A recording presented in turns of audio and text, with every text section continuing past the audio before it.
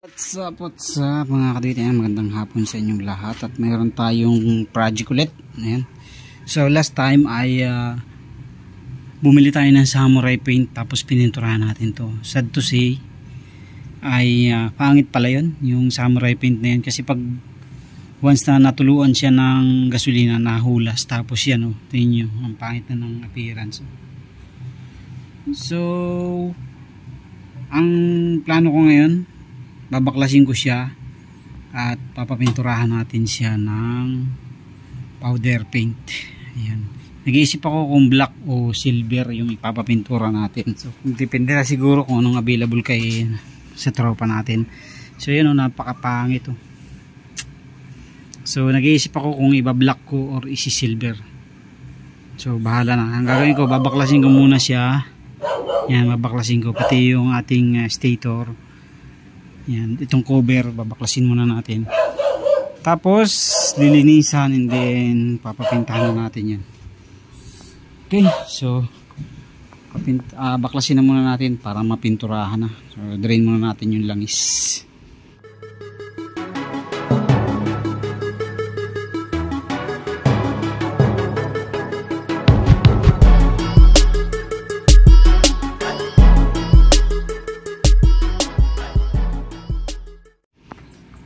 So tamang-tama rin kasi i-change oil na rin natin siya dahil start nung na-overhaul natin siya ay hindi pa natin siya na-change oil.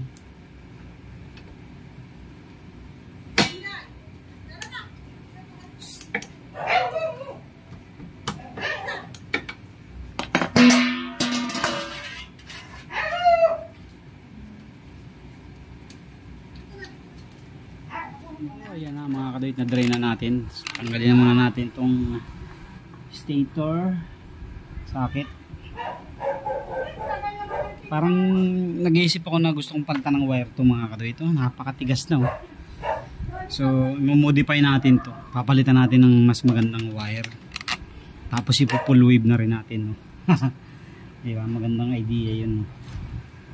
So ating baklasin na.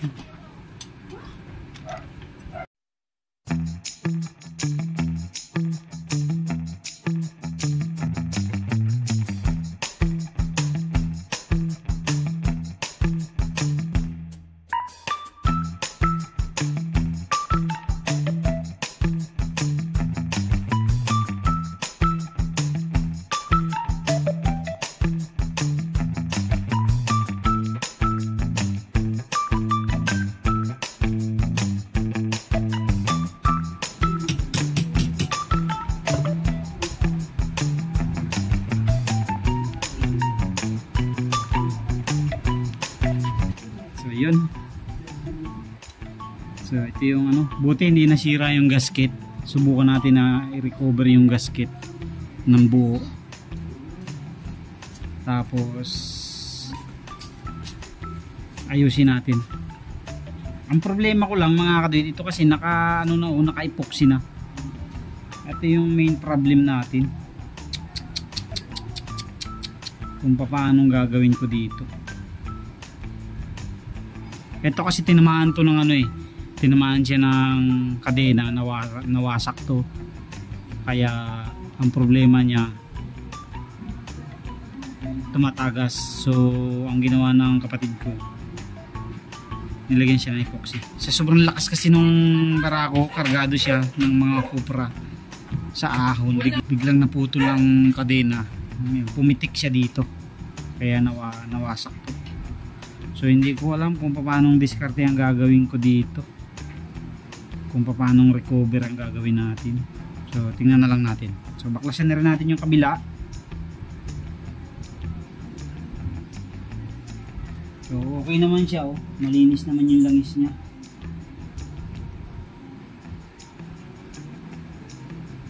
Baklasin na rin natin yung kabila para matapos tayo.